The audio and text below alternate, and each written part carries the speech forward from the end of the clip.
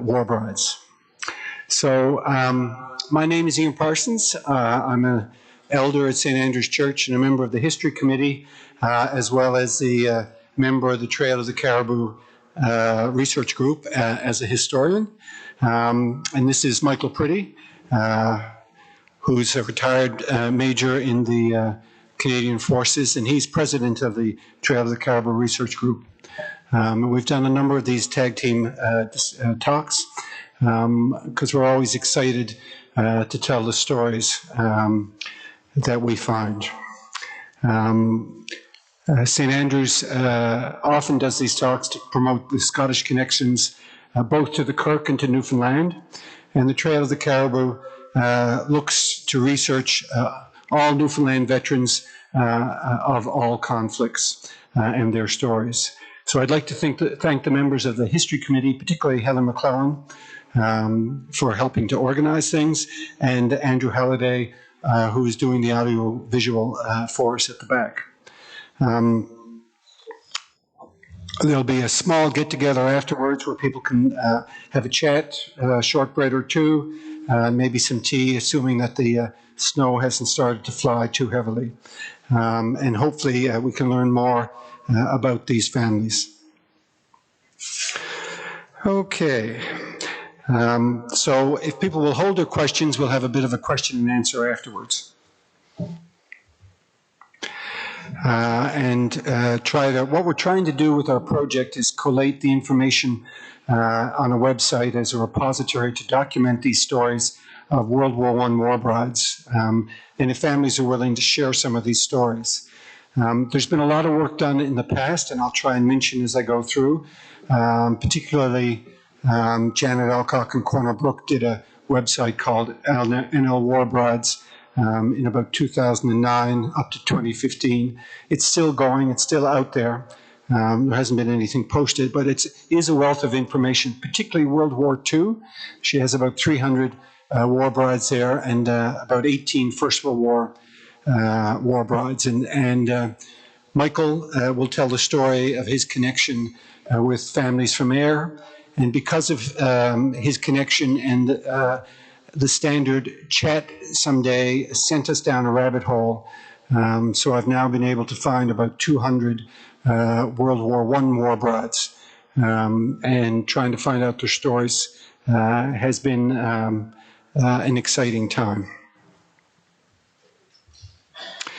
So this is some of the work that's been done. You can see there the mural. The mural from the war brides in Botwood, both First and Second World War. They did that as a project a number of years ago, and that's the website from Janet Alcock. I've also been helped with Ursula Kelly, who did the book on the Forester Scribe. She gave me the names of about 30 Foresters and some of the Newfoundland Regiment soldiers in the Foresters who were married.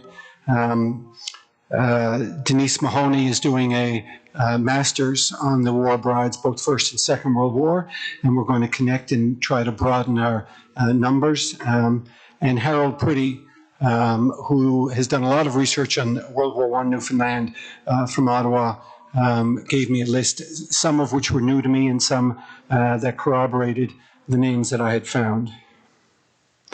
So what's meant by a war bride? At the start of the war, a war bride was basically anyone who got married as their soldiers went off to war, leaving either their fiancé or someone that they'd fallen in love with was known as a war bride. There were those, of course, that originally in the war, married men would not be conscripted, and so some of them got married to avoid going overseas. Of course, that changed as the war lasted longer and longer.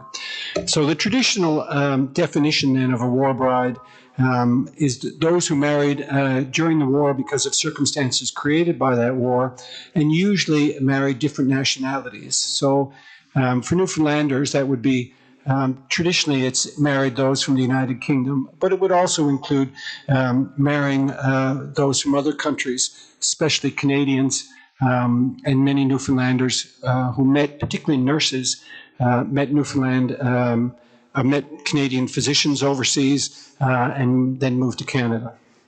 And much of the World War I war brides are poorly documented, both officially and unofficially. The World War II is a little better documented because we got at that when the World War II war brides were still alive. They also in Newfoundland had an association led laterally by Mary Ash from this church. And their information, as I understand it, the files from their meetings, etc., have been donated to the rooms. The numbers in World War I, in Canada, it's estimated about 25,000 servicemen married British, I say British, women from the United Kingdom. Smaller number of French and other countries. In Newfoundland and Labrador, it's unknown, but we're up to 200, actually 201. So we're going to keep looking. I would imagine we're probably not going to get much more than 220, but still, they all have a unique story to tell. World War II was much bigger. There were about 48,000 servicemen who got married during World War II and brought their brides home, notably from, in addition to the United Kingdom, a small number from France and particularly then the Netherlands as well. Newfoundland, there were over 800 that got married in the Second World War. This is an unusual circumstance known as proxy marriages, applied to servicemen who were serving overseas and unable to come home, who wanted to get married. So they could get married by proxy. Somebody stood in for them, often somebody from their family. Sometimes this came up in the situation of somebody being pregnant and then being married. And certainly I know of one story of a Newfoundlander who was married by proxy in Quebec. And I think it was his brother who stood in for him, who was also in the regiment, but came home on Blue Petit leave in late 1917. So this is what these intrepid women were leaving. You can see pictures there of Comic, Prestwick, and Ayr, all close to the Ayr situation or the Ayr area. And this is what they were leaving from overseas. They had no idea what they were coming to. Their fiancés, husbands, may have been very truthful and told them of the harsh circumstances in Newfoundland, but they may also have told them that the roads in Newfoundland were paved with gold. So it's hard to know what they were leaving, and this is what they were coming to. And these were some of the larger communities. Brigus was relatively prosperous, as was Grand Falls in 1917. So pretty stark compared to what they were leaving. Now, the Newfoundland Regiment had a number of training bases throughout the Great War, and they're listed numerically from the time that they started. If you look down at the bottom, they landed at Salisbury Plains in 1914, and then rapidly went up to the top of the map in number 2 at Fort George near Nairn. They were there about 3 months training in the old 1800s fort at Fort George, and then moved to number 3, Ember Castle, for a period of about 3 months in the spring of 1915. From there they went to Hawick or Stobbs Camp in the summer of 1915, and the British weren't quite sure what to do with them. Finally, when they had where they discovered they were going to go, they found out in Aldershot in 1915. And those were the troops that ended up going, about 1,040 who ended up going to Gallipoli, whereas the rest of the reinforcements who were to man the base went up to Ayr or Newton on Ayr, and they stayed there for approximately a year and a half, just over, August 1915 to December 1917. Some of them moved to Barry Links, number 7, which is near Dundee, for a short period of time at the end of 1917. And then down at the bottom again, they were in Winchester for 1918. But Ayr was the place that they spent the most time. And the wounded soldiers, soldiers that were ill, who got dysentery in Gallipoli, they all went back to the depot in Ayr. And there was a base for the Royal Scots there, but the Newfoundlanders developed a base in a number of places, particularly the race course, and the school in Newton-on-Ayr. So far in our research, and there's some of it is hard to find. The naval reservists is often difficult to find, particularly the addresses of their new wives. What I've been able to find so far, although I have over 200 marriages, I do have addresses on about 186. And as you can see, the majority of them were from Scotland, particularly Ayr, Scotland. Now, some of these were women who were working either as servants or in stores in Ayr, but they were all in Ayr at the time. So the majority, 101, were from Ayr. Scotland, Dunkeld area is where the Foresters were. Ember was where they met them as they first went through in spring of 1915. Some from Glasgow and Hawick, and some from Dundee. 31 of them were from England, 5 from London, and there was one girl who was actually in Ayr, but she was an Irish woman who met a Newfoundlander. So about 150 of those were from Scotland. So you can see the huge influence that they had. And most of the women in Scotland at that time, the predominant religion in Scotland, although there were many religions, the predominant religion was Presbyterian. And so there's a connection then to the Presbyterian Church and particularly St. Andrews. This is a picture of the St. Andrews Church Hall. And if you came up the steep hill, it's where the parking lot is at the bottom, right across from Gower Street. It's been a school, a church hall, social work, a number of things over the years.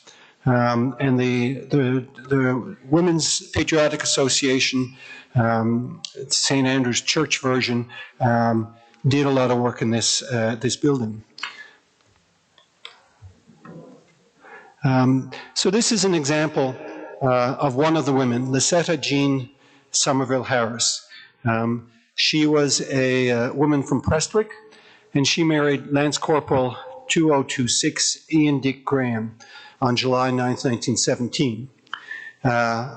He was then sent off to battle in October 10th, 1917 at Guadalcore. He was wounded and required an above-knee leg amputation. And so she comes back, or he comes back to Ayr for recuperation after being in a number of hospitals, and his wife is there with a man who will be invalided for the rest of his life, requiring a wooden leg, and it must have been a huge change in her life. She's described by her family, who still go to the church. Moira Neary and the Grahams still go to this church. She was redhead, 5 foot, or she claimed she was 5 foot. She was 4'9", but she claimed she was 5 foot. And she looked after her husband in later years, carrying throwing his wooden leg under the bed, getting it out for him in the morning so he could put it on.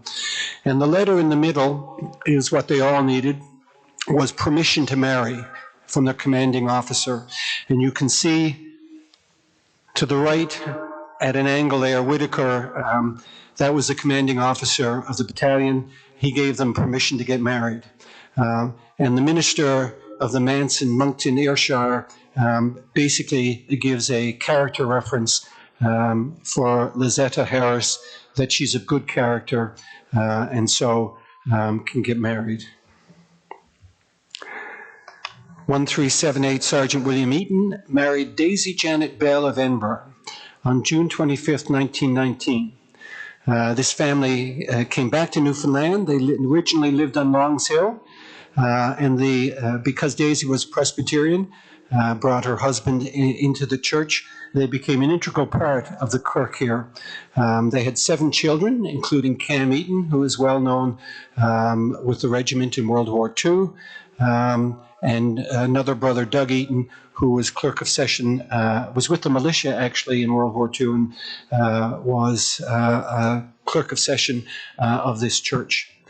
Interestingly, Daisy Janet Bell's sister also got married to a Newfoundlander, Hammer Gardner from British Harbour.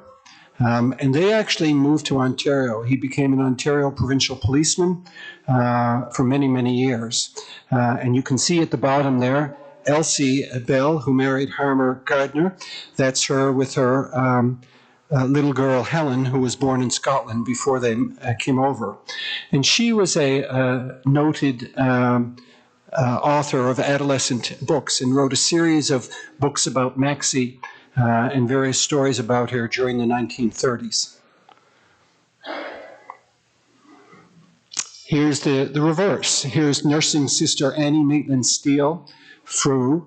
Frew was her maiden name. She married Frederick Langstaff, and she had been a nurse serving in England for 2 years.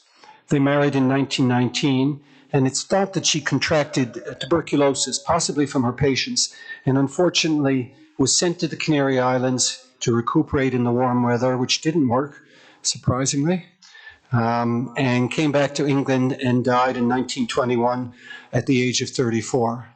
And her husband, unfortunately, died 2 years later. This is her gravestone in the General Protestant Cemetery.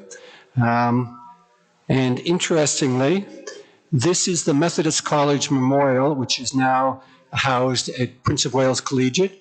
And it's hard to see, but at the very bottom is Annie Frew. She's listed on their website. There are some of these that have participants. Can you change the slide? Sorry. You can see Annie Frew, hard to see, but the red arrow points to it. Some of these website memorials will list participants in the war. This happens to list those who were killed. And I don't want to say she was an afterthought, but you can read the top. It says, "In grateful remembrance of the old boys who in the cause of liberty and justice made the supreme sacrifice." And obviously it was felt that Annie Frew had died of her war wounds. And again, there's another rabbit hole for me to go down. If you died before September 1st, 1921, you may be considered a war casualty. So I have to research her death certificate and speak to the Commonwealth War Graves and see if I can get her recognized. It's of interest, and you can't see it, but the second window from the front here on the left is actually the Frew window. And her parents, this window was put there in honor of her parents, William and Mary. They died in 1924 and 1925, so she died before her parents. And you can see here, this is just an example, the St. Andrew's Ladies Society from this church wanted to welcome the Scotch lassies who have come from the old country to make their homes amongst us. An enjoyable program was rendered. As well, you can see the volunteers' wives from Scotland. Down at the bottom here was just another report of welcoming the Scottish war brides. And here's a family who were looking for a particular allotment after they finished serving.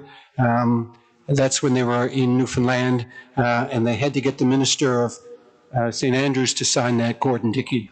So St. Andrews was involved with a number of these war brides. And now I'll hand it over to Michael to talk a little bit about the Ayr connection. So we're raising our hands so that he'll change the slide. Welcome. So there's lots of interesting stories, and one of our aims tonight is to share with you some of them to pique interest so we can get more. And he looked away. Change slide? I go quick through slides, so just be aware.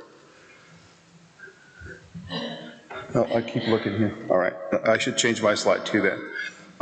So here, what I'm going to talk about next is the connection between Ayr and Newfoundland then and today. So here's the old school that burnt down during the war. Sorry? Yeah. Yeah, so this is cool. And apparently we may have gotten blamed for it, but it may or may not have been us, we're not sure. And then the caribou presented to Ayr. So the Prime Minister Morris went over during the war and presented a caribou to Ayr and a caribou to Paisley, and they still exist today in their local halls or their local museums. So I was over there at Easter last year, and we did some looking at where the bottom pictures are where the regiment trained, and the top pictures are the pictures from last Easter that we took.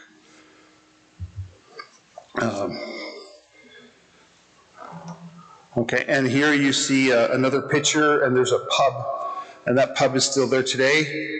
Steak and kidney pie is pretty good. The beer is amazing, and you see the soldiers holding like their hats and holding on to little figurines, and those figurines are still there today. So it's an interesting thing. One of the picture that you see on the screen is Newfoundland soldiers outside this house, and they use that as their headquarters house. And in the research that Ian Sands did and Ken Nairn, they figured out that this house was there. They told the owner, and if you look really close in the alcove,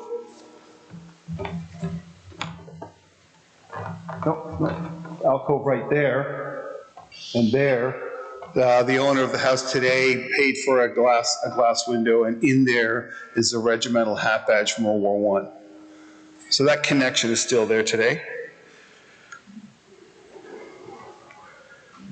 Oh, maybe I should. So this is Margaret. So are we doing the video next? Yeah. So this should be the video next. So we have a, good. James Cooper was born on June 1st, 1895 in St John's, Newfoundland, to parents Joseph and Bridget. At just 19 years old, he enlisted in the newly formed Newfoundland Army, taking regiment number 98, making him one of the legendary first 500. After training, he was sent to Gallipoli, where illness brought his campaign to an early end, but it wouldn't be his last front line. On July 1st, 1916, James went over the top at Beaumont Hamel during the first day of the Battle of the Somme. Of the hundreds who advanced, he was one of the few to survive. After the Somme, James became a Lewis gun instructor, and it was during his time in Ayr that he met local girl Margaret Dunlop. Their story is just one of many. Newfoundlanders and Ayrshire women brought together during those years of war, a bond between places and between people. After the war, James and Margaret settled in Ayr and raised 2 children, Gladys and John. James did not return to Newfoundland again until the early 1970s, almost 60 years after he first left, and he was reunited with family he hadn't seen since the war. A quiet man, a survivor, and a thread in the long enduring story of Newfoundland's sacrifice. So that is James Cooper's. James Cooper was born on June 1st, 1895 in St John. Next slide, please. That's James Cooper's grandson, great-grandson, Ian. And Ian is working on the project, and Mike, you know Ian, and they're wonderful people. So this is Margaret with Gladys and John. So when the war's over, he has to come back to Newfoundland. She does not want to move here because her home is in Scotland.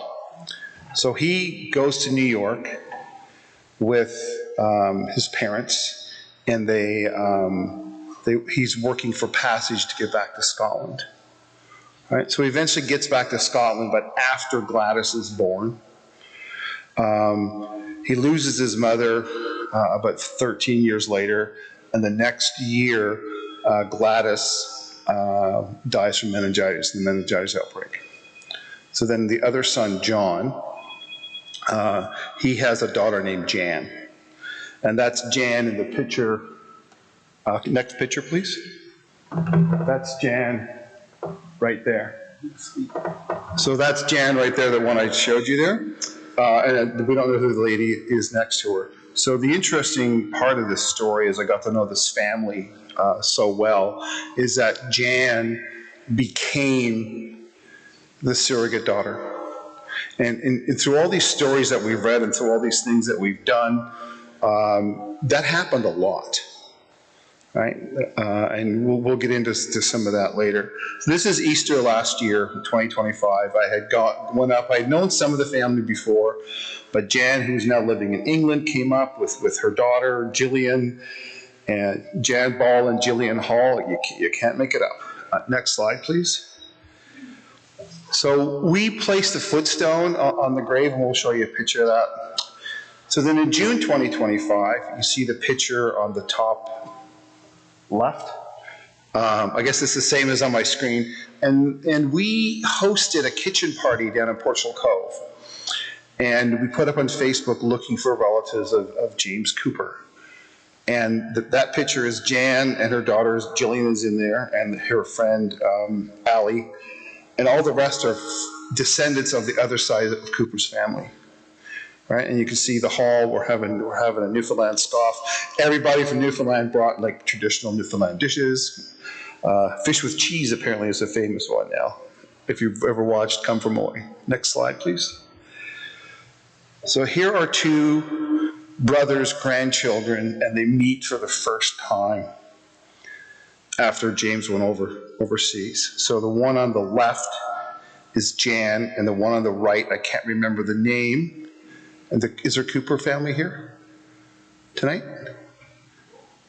No, okay. I wrote it on a piece of paper and then I lost it. The next slide, please. So this is James Cooper's paybook. And it shows where he went to Gallipoli, when he got paid, how he was issued his uniform, all that kind of stuff.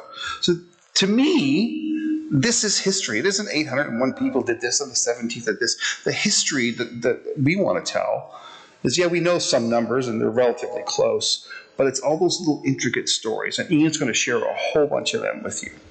Next slide, please. So this is the mace of the city of St. John's. That was presented to them by the town of Ayr. And over on the bottom, you see Ayrshire Place, which is a street in St. John's. Next slide, please. And this is the Commonwealth War Grave plot in Ayr. And all the gravestones are the 14 people from Newfoundland that are buried there. And on that plaque are all the other people from the regiment who are buried in Scotland, and 2 of them are from Ayr, because some people from Ayr joined the thing. And I'll give it back to Ian. Thank you. So one of the questions that people always ask is, well, maybe they don't, but how do you meet women? Always a good question for a soldier. So first of all, you got to get a pass so you get out of the depot, out of the camp. And a lot of the times there were certainly social events, and there were various kinds of social events. There were dances. They would have, even the hardened soldiers would sometimes go to the temperance events because they would still be able to meet somebody. Whether that was just walking around there and meeting somebody in the stores. And in fact, the community of Ayr and all the communities that they were in invited them out individually, would ask the regiment, we would like to have 2 or 3 soldiers over for Sunday dinner. So the commander would ask 2 or 3 soldiers who had passes that day whether they would like to go to dinner. And sometimes that developed into relationships that long term. Otherwise, they certainly had a good meal and lots of hospitality. The other place would be church services, an excellent place to meet those of the opposite sex. So you can see here, in communicating when they were sent to a different depot or they were sent overseas, one of the ways to communicate was certainly not by TikTok or a text message, it was by postcard. And these are just some examples of postcards that some of the soldiers may have sent to their loved ones.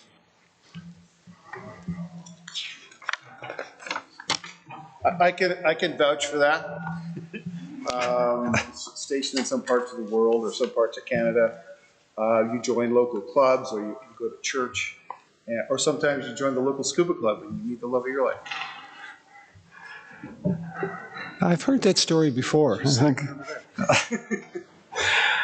Okay. One of the other ways that the soldiers would show their appreciation or their love for one of their friends would be what's called a sweetheart pin. So these are examples of sweetheart pins. You can see on the top outside, those are regimental badges that the Newfoundland has been lacquered. And the other ones are ones that are individually carved probably by jewelers, wherever they were, or if they were based initially in St. John's, some of them may have been made in St. John's. And we have examples of those. So these are the regulations for marrying, and basically taken from the Canadian and British regulations. You needed permission from your commanding officer.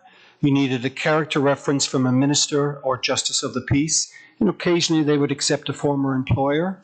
And you needed a copy of, when they were at the end of the war, looking to get their separation allowance. So there were two kinds of allowances. One was their general pay allowance, and most Newfoundlanders, when they left Newfoundland, had signed that over to if they were married in Newfoundland prior to the war, to their wives, or it may have been to their mother or their father, and it may have been a portion of their pay that was sent back. Once they got married, and you often see this in the records, you recognize that they got married because they changed their allotment to their wives and child. And sometimes there were nasty letters coming from Newfoundland. Why has my allotment, how come you're not paying me? My allotment from my son has changed. Sometimes they didn't know that their son had been married and changed the allotment. The second allotment there, or allowance, was a separation allowance. So when war was over, the separation allowance was extra money given to the family. Now in England, particularly in the Presbyterian Church, it generally took 3 consecutive Sundays that the banns of marriage had to be announced. And did anyone have any reason why these people shouldn't be married? There was a special enactment during the war that this didn't have to be 3 consecutive weeks. And this facilitated people getting married, particularly if they got married fairly quickly before they went off to a posting, because they may have been only told about their posting relatively quickly before being sent off. Next slide. So the other question often is why get married so quickly? And I think we have to be fairly open to these stories. We can't be judgmental. We have a 2026 view of the world, and there was a 1914 version of looking at the world. And I'm a great fan of listening to the stories and certainly not being judgmental about what happened at a different time with different situations. A lot of the time, people got married a lot younger. A lot of our soldiers were 18 years or younger, but certainly between 18 and 22, it was a time they got married. For the women, a lot of the British soldiers had gone off to war, and so the companionship, the relationships that developed fairly quickly, no different than the relationships that developed in Newfoundland when we had the so-called friendly invasion of the Americans in the Second World War. Of course, couples fell in love, which has happened over the eons. Soldiers were often afraid, and rightly so, that this may be their last relationship and they would be killed in battle. So they wanted to be married before they were killed. And then, of course, there's the inevitable pregnancies. And as my mother used to say, that's the best looking 10-pound premature baby I've ever seen. So this is just an example where somebody was granted permission, and you can notice it was granted permission in his past marriage. So sometimes the rules were followed, but perhaps not in the right order. Somebody may have gone on a weekend past and got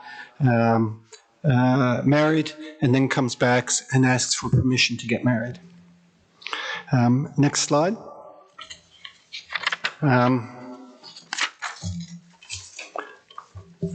One back. This is an unusual slide in that you can see on your left-hand side there, underlined, has advised he refused to grant permission to marry. And I won't get you to read his reply. This was Lieutenant Colonel Burton. And his rationale was he had no doubt that Mrs. Rousel, married to Private Rousel, was of good character, but he wanted the authority to sanction that. And so he decided he would put his foot down and make a case that he had permission to not allow a marriage. His concern was setting a precedent. And if you read down through and read between the lines, basically he was afraid that the soldiers may in fact have a disease that they may pass on to his wife, and he wanted to have his men checked by the medical officer before getting married. It ended up they didn't have to do that, but this was one of the rare cases that he actually refused. He later accepted this marriage. Not that Private Rousel had any problems with him, but he wanted to make a case. Next slide.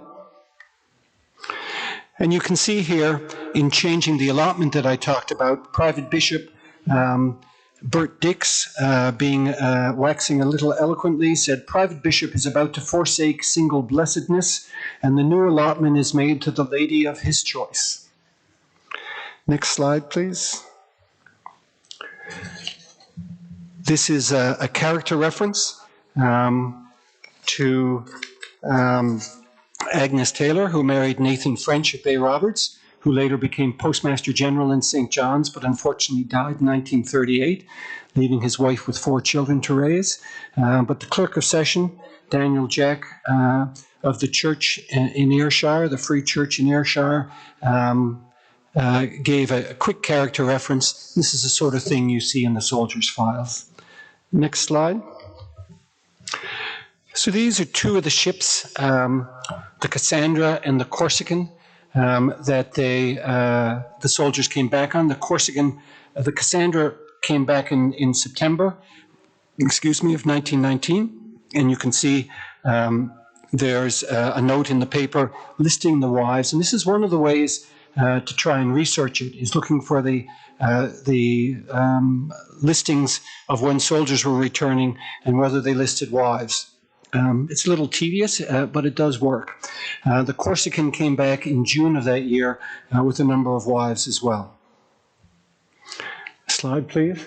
And here again, this was in September of 1919, and there's a little slit there that says the following soldiers and their wives. So that gives me the hint to be able to look up, because there are 6,323 plus another 500 from the foresters. So there's a lot of files to go through one at a time.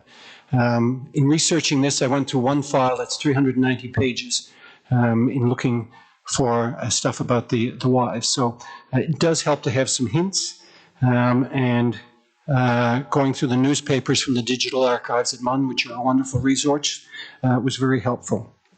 Next slide. This is Beatrice Whittle.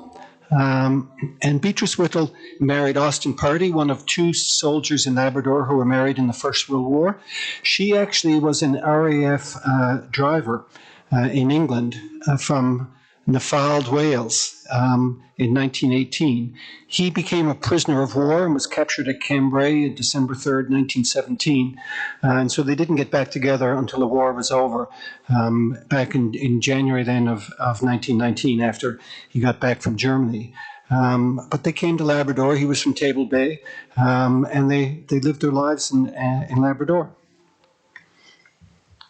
Next slide. This is a Christmas card from Lily Simmons, who married Robert Gill Brown. He was from King's Cove, and he and his brother married Scottish brides. They were married in March of 1917, and this is actually a Christmas card that they made and sent to Newfoundland. And you can see G, he was known as Gil Brown, and L for Lily. So their initials are on the Christmas card. Next slide. This is one of the rather than a joyful occasion, it's a bit of a tragedy. This was Jessie McClintock, age 20, who married William James Hiscock, a lance corporal in the regiment. They came home in February of 1918, and she died in childbirth in 1918, in June. And her gravestone is down at the Anglican Cemetery on Forest Road. The gravestone does not mention that her son died, but you can see in the Diocesan magazine there on the right, William Hiscock, aged a half day. So functionally she died in childbirth, unfortunately. And I often wonder what her family in Scotland knew about her death, and whether anyone from Scotland, from her family, has ever been to Newfoundland to see her gravestone.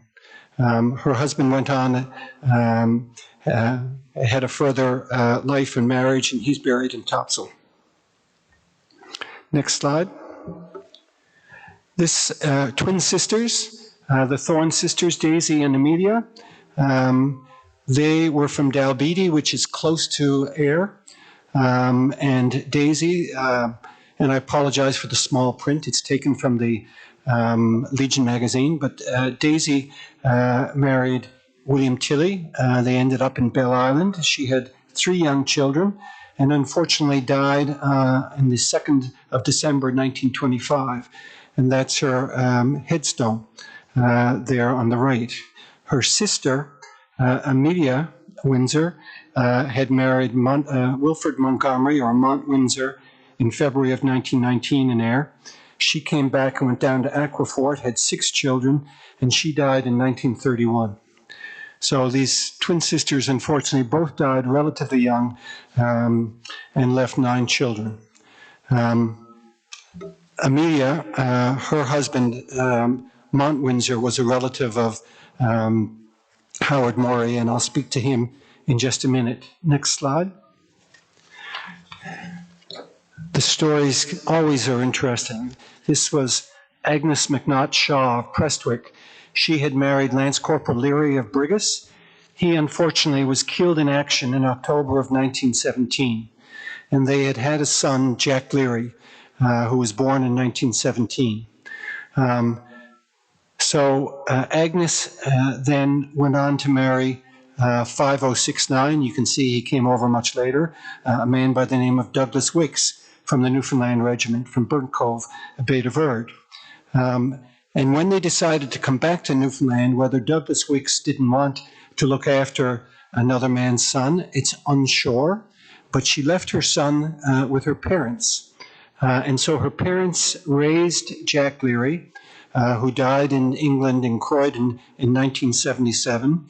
And Ian's son, or her grandson, Ian Leary, has been in contact in Newfoundland. I know this by following some of the paper trail and the email interactions on some of the genealogy websites.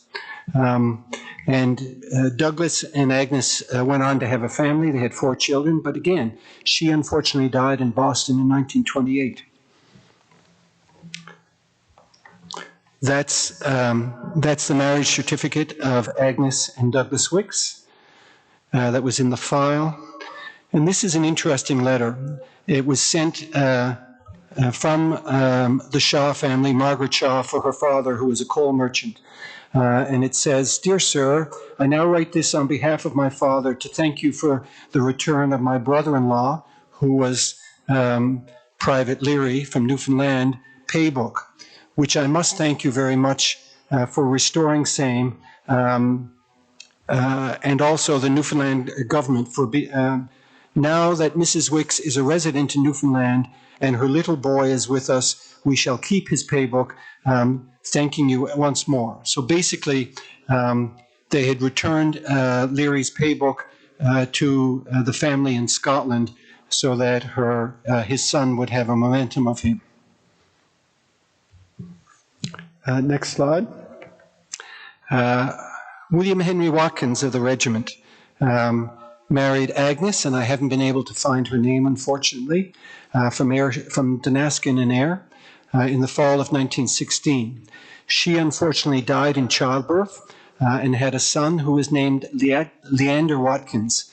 Leander was William Henry Watkins' brother, and William Henry was from Botwood.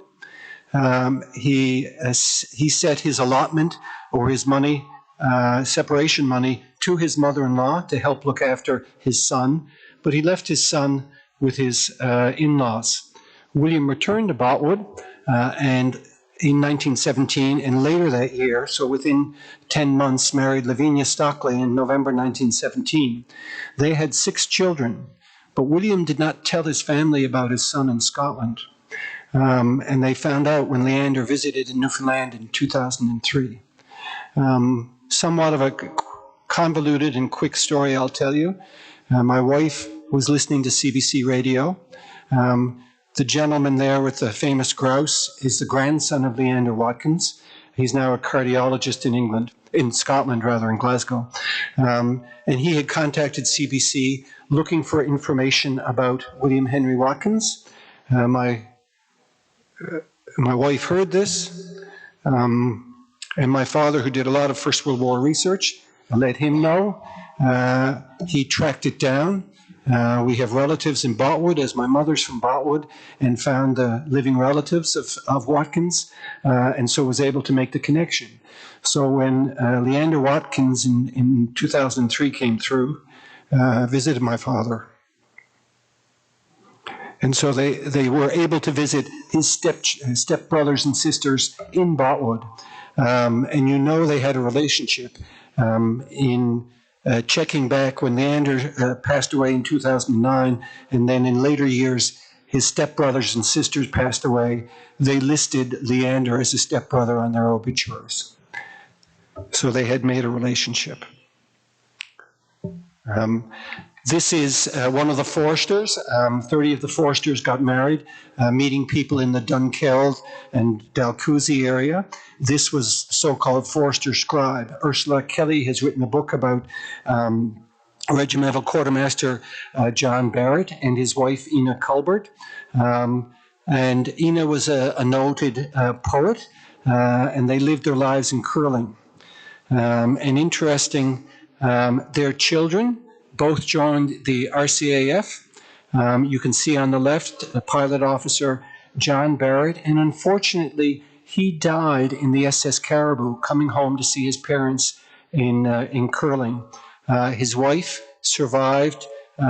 She was from Calgary. She survived. Sorry. So on the left there is John Barrett, who was lost on the SS Caribou. His wife, who was from Calgary, survived and went on to have a family herself. On the right is Arthur Barrett, who was in RCAF Bomber Command.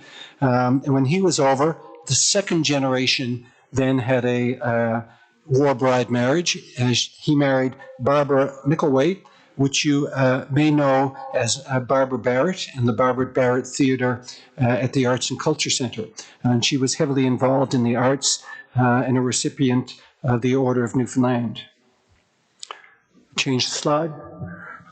This is just to show Bessie McTurk, who married Walter Hawker of Harbour Grace.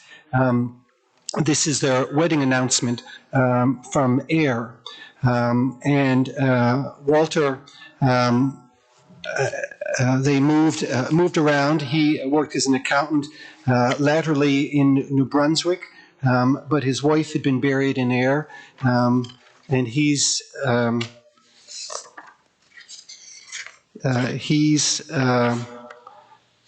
buried in Tamilcahush Cemetery in Inverness. Next slide. So these are some of the numbers. The earliest marriage I can find is January 12th, 1915. So they basically had been in the Fort George area for only 4 weeks.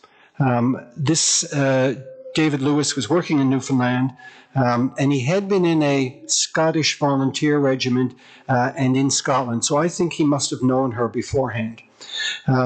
One of the earliest marriages, though, June 2nd, 1915. So Howard Morey, who, a member of the Trail of the Caribou, Chris Morey, this is his grandfather, married Friedrich Minty in Ember. And he basically met her at the 12 weeks they were living in Ember, was one of the gentlemen who went through the water sewer pipe system to get out illegally. And when he went to Staub's camp, he went AWOL for a week in order to marry Friedrich, and then was punished for it once he got back. But he was able to get married, and Friedrich went home to Fairyland. And they ended up having a number of children, and I'll show you their picture later. Dougal Reid and Isabel Nielsen are interesting. He was in the reserve battalion, and they got married on October 30th because he was leaving November 1st to go to Gallipoli, and is one of the 140 reserve that went to Gallipoli. There were only 140 after the initial 1,000 that went as reinforcements, and they married the day before he left to go as a Gallipoli reinforcement. The highest number I can find is a Newfoundland soldier who didn't leave Newfoundland until October of 1918 to go to Ayr. Met a lady over there, came back in 1919, but he was there for a relatively short period of time. And when I say the median regimental number, so what that is of the 200 or so that I've found, excluding the naval reservists, you can see that half of them were below the number 1,030. And so basically, if you had a number 1,500 and below, you may have gone to Gallipoli, but the rest were signed up later in the war.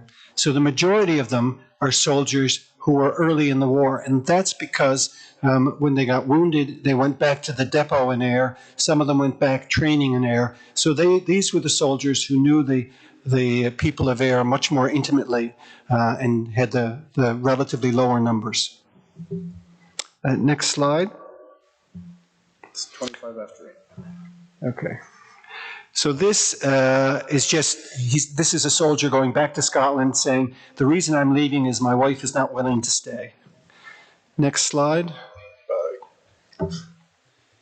This is Wilson Brown.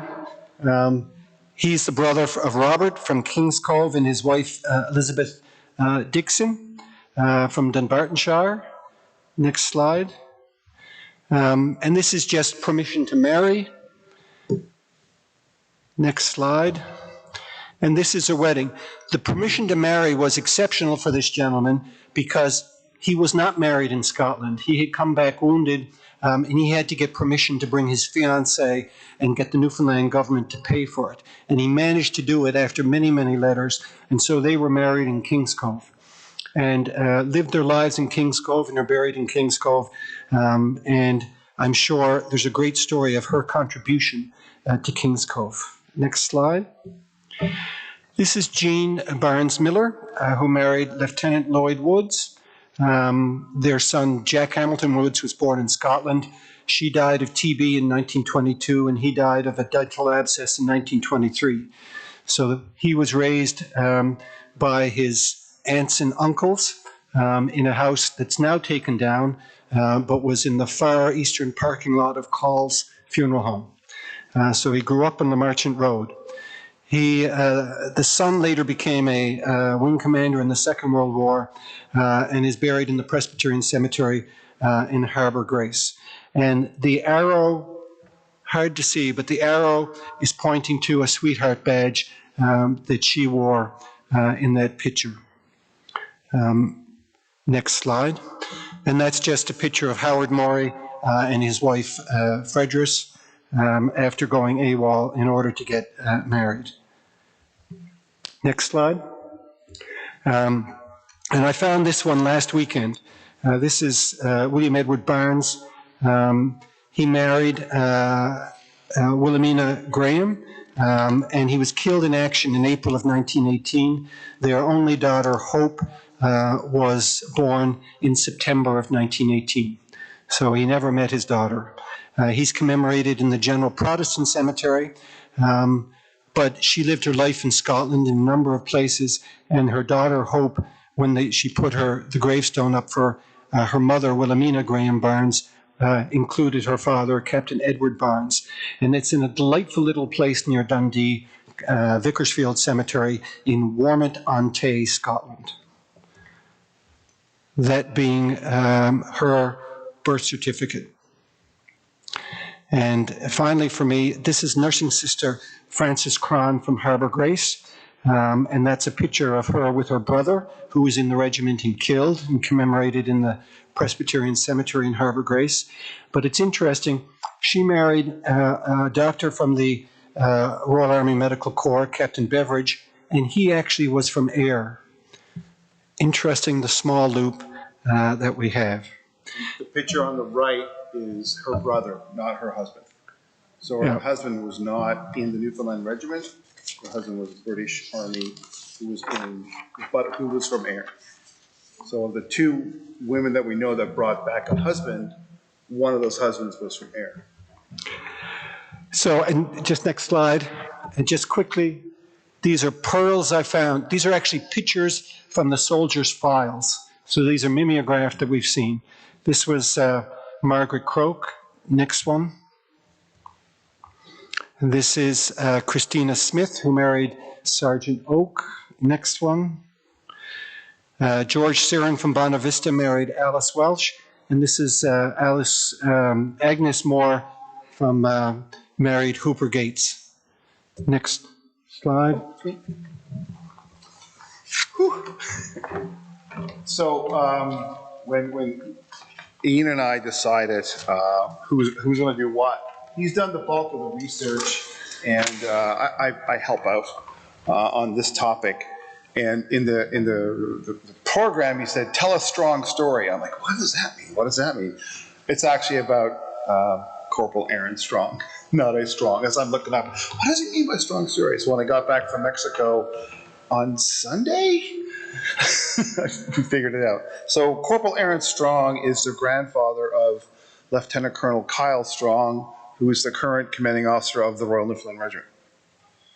And in 2016, Kyle was put in charge of the pilgrimage and the 100th anniversary of Beaumont Hamel and the Canadian Army thing, and he goes off there. And when he gets back, him and his dad get a call from an elderly lady at a nursing home in Clarenville. And she says, "I have to tell you about your grandfather." Because they had no idea, because the two generations in a row, the mothers died really early, like at the age of 3. So Kyle's father's wife died at the age of 3, and they were supposed to head off to Ontario, and that was their plan. But the grandparents left the son in Newfoundland, and they went off, and things got out of whack. And then, so the lady phoned Kyle's father and said, "I have something to tell you about Aaron, this guy." And then they found out that Aaron had a war bride, and that there's all this history. And when he was convalescing in the hospital in England, he made those two things you see on the screen. And the first time they had ever been revealed to the family or anything is when this lady, who was a friend of Corporal Strong, gave them to Kyle. And now they sit in the Royal Newfoundland Regiment lines. Right, so these are the stories that just amaze me, and that's a very simplified version of that. And remember, we go back to Jan Cooper, who was the surrogate daughter for James and Margaret. Of course, the effects of war and all the suffering encountered by soldiers never left them.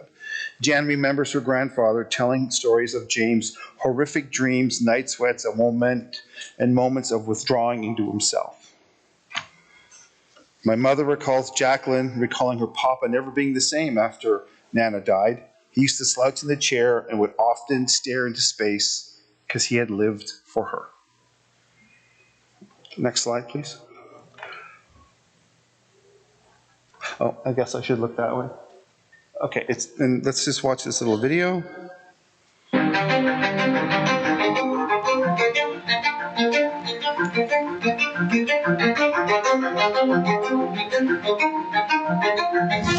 World War I. A battalion of young men from Newfoundland crossed the Atlantic, expecting adventure, destined for devastation. Before facing the horrors of the front, they arrive in the Scottish town of Ayr, where they train, live, and became part of the local community. Bonds are forged, some so strong they would last for generations. More than a century later, their story remains deeply woven into the history of both lands. The Caribou and the Thistle retraces their footsteps, uncovering the lives they touched, the sacrifices they made, and the legacy they left behind. This is a story of courage, sacrifice, and heritage, a history that still echoes today. The Caribou and the Thistle is more than just a film. It's a chance to honour a forgotten chapter of history and reignite the connection between Scotland and Newfoundland. With your support, we can bring this story to life and share it with audiences far and wide. Your backing will help us complete this project with the care and respect it deserves, ensuring that the sacrifices and legacy of these soldiers are never forgotten.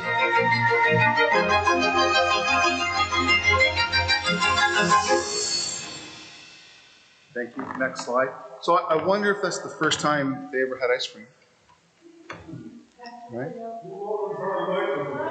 So I wonder if that's the first time they ever had ice cream. Thank you. So maybe some of you have been asking, why are they doing all this research? Why? So the why is we are developing a documentary. Right? And the documentary is going to have 4 themes. And they should be there. Yeah. So those of ours who stayed in Ayr, those that came back with their brides, we've already covered that. The other 2 stories is those that are buried in Scotland, in that Commonwealth War grave I showed you, and those from Scotland and the United Kingdom that served in the regiment. Next slide, please. So this is the 3rd theme of this documentary. And there's some amazing stuff being done by Denise Mahoney. And you see the plaque there, and you see the 14 soldiers. It's just a normal list of names people put up. Next slide, please. Right, that's it's all the ones that are buried in Scotland and where they're buried. Next slide, please. So here you have the headstones of all the other ones. And myself and my neighbor Louie have been to every one of them. And we put a beach rock from home. And we played the Ode, sung by Corporal Harvey of the Royal Newfoundland Regiment Band. And the interesting thing is the one on your right is the 2 Forsters who are buried in Dunkeld. And then the one in the middle, there's 3 people on that headstone. And ours is on the bottom. And then George Dick, which is the one on the left, he was from Largs, Scotland, and he died and was killed during the war, and he's also in the War Memorial in Largs, which is north of Ayr. Next slide, please. So the idea, and there's Private Gorman, who's listed on a tablet because it's a mass grave. And then the one on the right is the bandsman who was from Ayr, I believe, who got sick and died during the war, but he's still a war veteran, and he's in the Commonwealth War grave in that cemetery there, north. Next slide, please. Okay, so they also had a smaller depot in Paisley. Okay, and 3 soldiers from here died in Paisley. And when Louis and I went over in 2016, we went to visit all these places and to commemorate what they did. And we show up in Paisley, and we had notified a local contact that we were going to show up, and we're going to have our medals and uniform on, and we're going to plant the stone and do that. And we had little flowers and stuff, and we show up, and there's a band. There's a Legion color party. There's a piper. The mayor is there. They host us to lunch at the Legion. They give us a plaque, and they still remember what Newfoundlanders did there. Right? And Katie, my daughter, this is where we went and had haggis at that lady's house one night. Yeah. And they still have people in, right? When the regiment was up in Fort George, it was the first Christmas away, and the locals hosted every soldier to Christmas dinner in their homes. That's the story we need to capture and tell, I think. Next slide, please. So this summer, Denise Mahoney is going to be doing a program called Standing with Giants with a local historian from Ayr. And the idea is these soldiers will be around the town and in the main square and in the main place of remembrance. There'll be a QR code on there, and they'll be able to go up and scan it. And we're going to figure out hopefully a living relative or somebody from the hometown they were in, and they're going to record a paragraph that Denise has written, and they'll be able to hear this soldier's story of one of them that's buried in Scotland and where they're from and what they did, hopefully read in a relative's voice from the town they grew up in. Right? So add that to the list of things to do. Next slide, please. Those that served with the regiment. Okay, mainly the band. Okay, but next slide, please. So by the numbers, there was about 10 from England, 21 from Scotland that played in our band. And there's a whole story about that, and musicians and music and instruments and not enough people from Newfoundland to form a band, and a local guy. What was his name? The officer, the local officer? Thompson, or I'm having a cranial hemorrhage. Can't say brain fart in the church. Oops. So most of the band formed from local ex-British military bands people. Worthington, Captain Worthington. And can you go back a slide? So there's Worthington in the middle with a mustache. On the left picture and the right picture, you see Sable Chief and that. Okay, you can go back to the first slide, the next slide. By the numbers? Okay. 10, less than 10 served in the regiment. And they're regimental soldiers with one leg from Ayr that joined the Newfoundland Regiment. 1. And that's a story we're going to tell. So this is the story of George McCullough. Next slide, please. And George, and this is all Ian's work, because I went there and found his grave. George was in the Royal Scots Fusiliers in World War I. He went to Gallipoli and lost his leg. His trade was a groomsman. And just as a rabbit hole, if you go to the Central Monument in Ayr, there are thousands of men from Ayr that served in Scottish regiments, and a whole bunch that that were killed. So men was a commodity, a rare commodity, right, in England. 1 million Englishmen died from the war, right? So George was, the officers got their horses finally, and they said, what do we do with these? It's not a Newfoundland pony, it's not this big, it's this big. So they enrolled George McCullough, who had one leg, gave him a regiment number, gave him a uniform. He's got a pension. His service file is 18 pages. I have it with me here. And he served about a year or so, and he was very short, very small. So how does a man 4 foot something look after horses that are 16 feet high? Right? So I imagine building a ramp so he can go up and do his job. And like, how cool is that? How cool is that story? So we found his grave. Next slide, please. And we are going to put a footstone. So one of the things that Trail of the Caribou does is if your grave does not say you're a soldier, we'll put a footstone on it. We've done 90 so far. But in the end, with this project and the money we're going to raise to do this project, I want to put a footstone on every Newfoundlander that's buried in Scotland and every Scottish or British person who served in the Newfoundland Regiment. We haven't even looked at the 3,600 that served in the Canadian Army and who did they bring home, right? If you look at the numbers, there's about 7,000 that we know of for sure that served in Newfoundland forces, Naval Reserve, and we're tracking 13,000 plus that's Newfoundlanders that served in the First World War.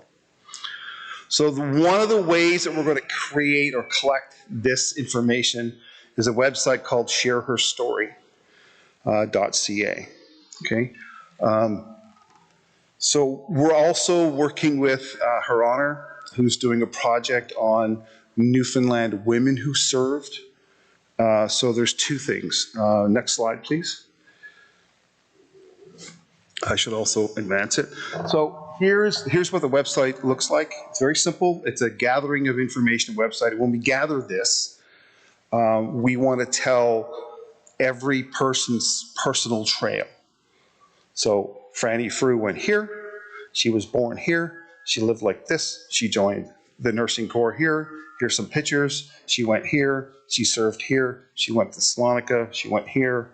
She came home. This is what she did. She's buried here. Here's her grave.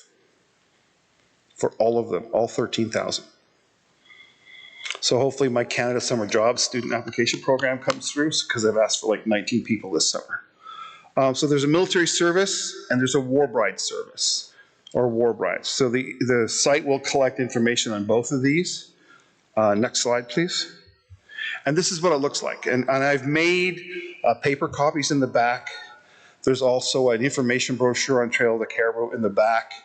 And we also have like things we sell to raise money. So if you look at this, it's relatively, you can populate it yourself on the website, and that all goes to a database that we can see, and then from that we'll start creating stories and doing more research. Next slide, please. Again. So we'll talk about which conflict, because it's not just limited to World War I, right? My dad brought a lady from Germany home in the late 1950s, right? So it's just a way and you can upload photos and you can upload stuff. None of this will be made for personal gain, or we're not going to sell it. We're going to create stories and share it to the public. Okay, there might be a coffee table book coming out with interesting stories, but all that money will go into projects. Next slide, please. And this is what military service looks like. Right. And I want to stop for a second and talk about the lady that died, Frew. Right now, there's one known Commonwealth war grave from World War I of a female, and that's Bertha Bartlett, who's buried in Wandsworth Cemetery in London, England. And interestingly enough, she has the regimental caribou hat badge, not a nursing hat badge, on her grave. So if we can find this person and produce some certain documents, we can have their grave determined as a Commonwealth war grave, because I think she's deserving of that. So the military service aspect of it is very similar to the other one. Next slide, please. Okay, so this is the thank you. Before I finish, I just want to say that we are working on a World War I commemorative statue with her honor, and a group of us that are doing that with like-minded people like myself and Ian, and it's going to be a bronze statue. The middle one will be a World War I looking nurse, or VAD, and there will be a second one smaller, which will be World War II Korea, and the third statue will be a World War of modern day Afghanistan, and they're all going to be female nursing or medical people. So that's look out for that one. That's coming.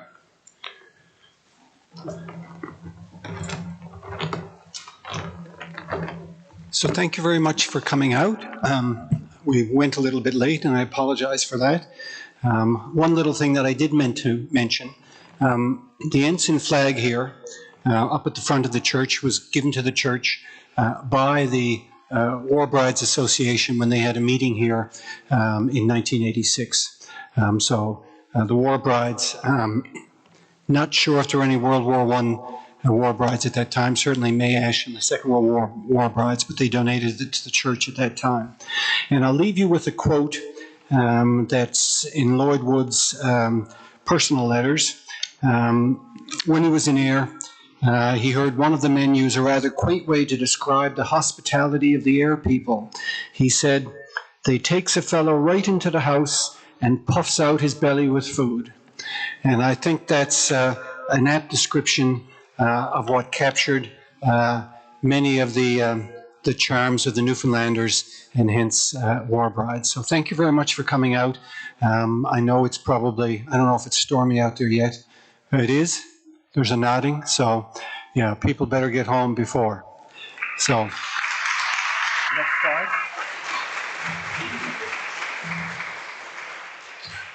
Any questions? So my business card's out back. Take it if you have any questions. You don't want to answer that because you want to go home ahead of the snowfall. Thank you for braving the weather and coming out. I think somebody's doing this and make me come back to the microphone. Yeah, so my calling card's in the back if you want to get in touch with us. The website, shareherstory.ca. Any questions?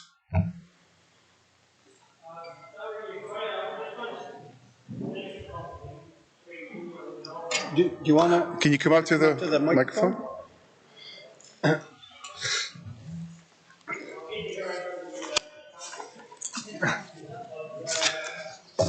No, up, sir, right here.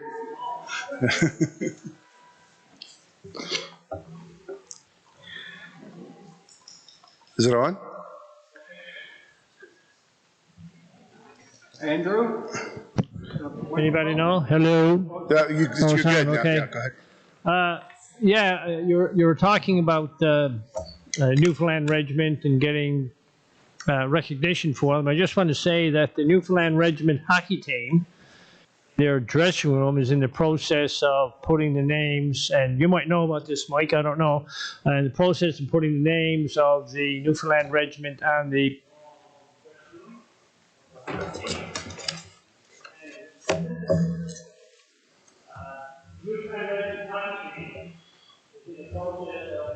names of members of the regiment on the walls of the dressing room. And I've been talking to the vice president that's responsible for that. He says sometime this summer they're hoping to open up the dressing room so that the public can go and see those names and, you know, honor, you know, everyone. And I think something that's been on, let me see, that I've been had in my head for a while is the boulevard. Is, in my opinion, it's kind of a stupid name for a road. Usually a boulevard is something boulevard. I've talked to some people at City Hall, a couple of councillors. I've talked to a couple of people that are like Mike here, probably, you know, that are associated with the military. And I thought it would be appropriate if the boulevard was renamed to something that would honor the Newfoundland Regiment. I know it can't be called Beaumont Hamel Boulevard now because that's already gone and that sort of thing. Maybe we could have another name, maybe the regiment to the Caribou to the Thistle or something like that. And it really wouldn't affect many people's addresses because if you take the boulevard where the houses end, the only two addresses that are after that is the military bases down there and also Newfoundland Sail Works. So to change the name wouldn't be a big imposition to a whole lot of people, and I don't know if, a group can kind of like advocate with the city to do something like that. And I live in Manuel, so the city won't listen to me. So. But I did grow up just down the road here. But anyway, just a couple of things I wanted to mention. Thank you. Thank you. Are there any questions about the presentation? If you have any ideas or things we've missed or ways we could make what we're doing better, please share them. You probably want to get home with the storms. Okay. Is there tea and coffee still out there? All right. So you can take one to go if you want. Thank you very much.